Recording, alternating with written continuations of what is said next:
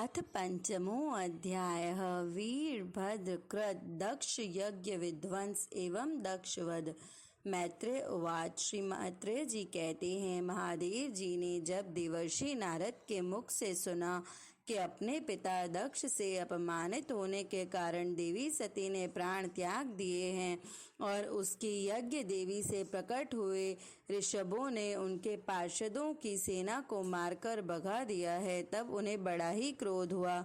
उन्होंने उग्र रूप धारण कर क्रोध के मारे होठ चबाते हुए अपनी एक जटा उखाड़ ली, जो बिजली और आग की लपट के समान दीप्त हो रही थी, और सहसा खड़े होकर बड़े गंभीर अट्टहास साथ उसे पृथ्वी पर पटक दिया। उससे तुरंत ही एक बड़ा भारी लंबा चौड़ा पुरुष उत्पन्न हुआ। उसका शरीर इतना विशाल था कि वे स्वर्ग को स्पर्श कर रहा था। उसके 1000 भुजाएं थी, मेघ के समान श्याम वर्ण था, सूर्य के समान जलते हुए 3 नेत्र थे, विकराल दाढ़ें थी और अग्नि की ज्वालाओं के समान लाल लाल जटाएं थी। उसके गले में नरमुंडों की माला थी और हाथों में तरह तरह के अस्त्र शस्त्र थे। जब उसने हाथ जोड़कर पूछा, भगवान मैं क्या करूं, तो भगवान भूतनाथ ने कहा, वीर रुद्र तू मेरा अंश है, इसीलिए मेरे पार्षदों का अधिनायक बनकर तू तुरंत ही जा और दक्ष तथा उसके यज्ञ को नष्ट कर दे। प्यारे विदुर जी, जब देवादिदेव भगवान शंकर ने क्रोध में भरकर ऐसी आज्ञा दी, तब वीरभद्र उनकी परिक्रमा करके चलने को तैयार हो गए। उस समय उन्हें ऐसा मालूम होने लगा कि मेरे वेग का सामना करने वाला संसार में कोई नहीं है और मैं बड़े से बड़े वीर का भी वेग सहन कर सकता हूँ। वे भयंकर सिंहनाद करते हुए एक अति कराल त्रिशूल लेकर हाथ में दक्ष के यज्ञ मंडप की ओर दौड़े। उनका त्रिशूल संसार संहारक मृत्यु का भी संहार करने में समर्थ था। भगवान रुद्र और भी बहुत से सेवक गर्जना करते हुए उनके पीछे हो लिए। उस समय वीरभद्र के पैरों के नुपुरादि आभूषण झनन झनन बजते जाते थे। इधर यज्ञशाला में बैठे हुए ऋतध्वज यजमान सदस्य आदि अन्य ब्राह्मण और ब्राह्मणियों ने जब उत्तर दिशा की ओर धूल उड़ती देखी तो वे सोचने लगे, अरे यह अंधेरा या कैसे होता आ रहा है, यह धूल कहाँ से छा गई। इस समय न तो आंधी ही चल रही है, न कहीं लुटेरे ही सुने जाते हैं, क्योंकि अपराधियों को कठोर दंड देने वाला राजा प्राचीन बरही अभी जीवित है। अभी गौओं के आने का समय भी नहीं हुआ, फिर ये धूल कहाँ से आई? क्या इस समय संसार का प्रलय तो नहीं होने वाला है? तब दक्ष पत्नी प्रसूति एवं अन्य स्त्रियों ने व्याकुल होकर कहा, प्रजापति दक्ष ने अपनी सारी कन्याओं के समान बेचारी निरपराधा सती का तिरस्कार किया था।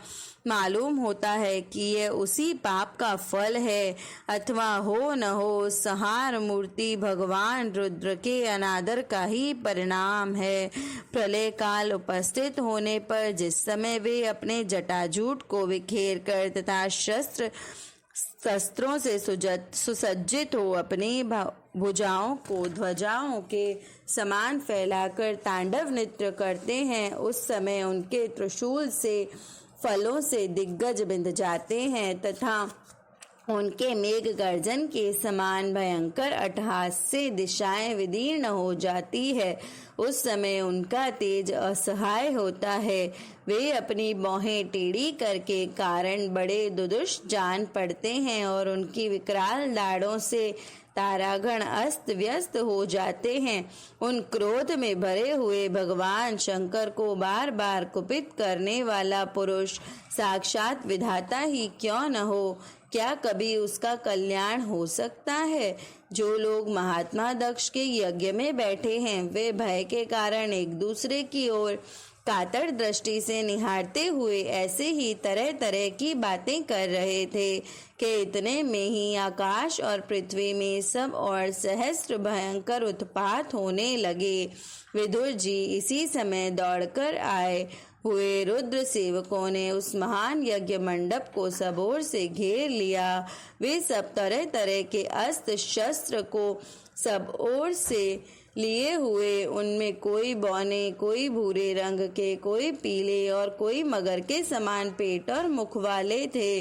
उनमें से किसी ने प्रागवंश यज्ञशाला के पूर्व और पश्चिम के खंभों के बीच में आड़े रखे हुए डंडे को तोड़ डाला।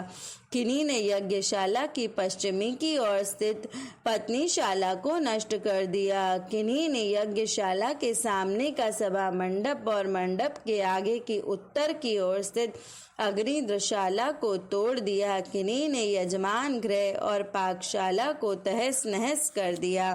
किन्हीं ने यज्ञ के पात्र फोड़ दिए और किन्हीं ने अग्नि को बुझा दिया। किन्हीं ने यज्ञ कुंडों में पेशाब कर दिया और किन्हीं ने वेदी की सीमा के सूत्र को तोड़ डाला। कोई मुनियों को तंग करने लगे, कोई स्त्रियों को डराने धमकाने लगे और किन्हीं ने अपने पास होकर भागते हुए देवताओं को पकड़ लिया।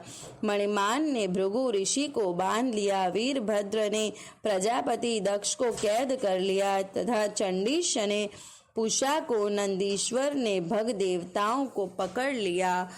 भगवान शंकर के पार्षदों की यह भयंकर लीला देखकर उन्हें कंकड़ पत्थरों की मार से बहुत तंग आकर वहां जितने ऋषिध्वज सदस्य और देवता लोग थे वे सब के सब जहां तहां भाग गए।